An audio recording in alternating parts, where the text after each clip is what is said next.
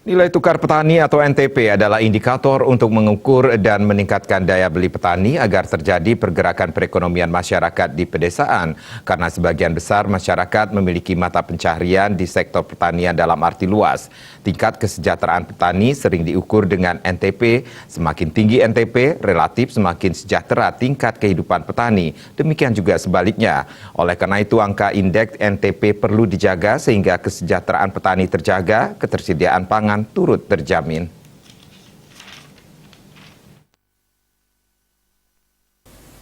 Analis kebijakan ahli Madya Kabupaten Badung, Dwi Admika Arya Rumawan menjelaskan, menurunnya angka indeks NTP ini antara lain disebabkan petani sangat tanggap terhadap perkembangan teknologi yang lebih cepat dibandingkan perkembangan harga, sehingga perkembangan produksi meningkat cepat melebihi kemampuan pasar untuk menyerap, sehingga terjadi penurunan harga.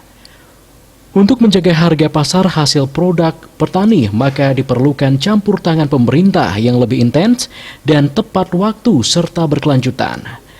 Ketika memasuki pandemi COVID-19, pemerintah meningkatkan NTP untuk menjaga stabilitas produksi baik kualitas maupun kuantitas dan kontinuitasnya, serta menjaga agar petani tetap berproduksi dengan meningkatkan pemantauan protokol kesehatan sampai ke desa-desa lebih serius dan berkelanjutan, sehingga di desa terpantau dan terjamin kualitas kesehatannya.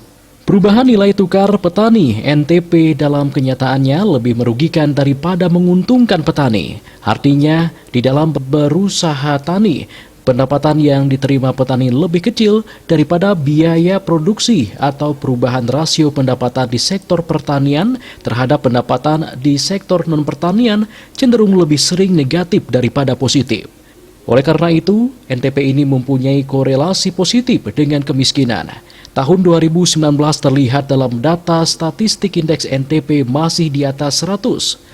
Kondisi COVID-19 yang dimulai awal 2020 membawa dampak menurunnya NTP di angka rata-rata 93,75, kemudian menurun lagi memasuki tahun 2021, walaupun tidak begitu dalam sehingga perlu berbagai upaya strategis untuk menjaga dan mengangkat atau menaikkan untuk mencapai NTP sama dengan atau lebih besar 100 agar petani bisa tetap eksis di tengah pandemi COVID-19.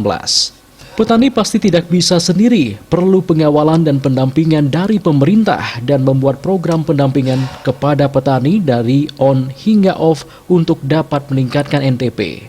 Menurut Suharso, dalam upaya pencapaian target peningkatan NTP, maka diperlukan strategi jalur ganda, antara lain, pertama, menurunkan biaya produksi usaha tani dengan program padat karya. Kedua, meningkatkan akses pasar dan distribusi produk pertanian, memaksimalkan sistem rantai dingin, hilirisasi nilai tambah, penetapan harga acuan, pembentukan korporasi petani dan membangun kondisi pasar pertanian yang adil bagi produsen dan konsumen. Dalam situasi pandemi, NTP di Bali sebaiknya tidak turun karena merupakan satu-satunya sektor yang paling populis dan favorit masih mampu bertahan dengan kondisi ekonomi terkoyak, terutama yang disebabkan oleh sektor pariwisata serta ikutannya. Bali Pos melaporkan.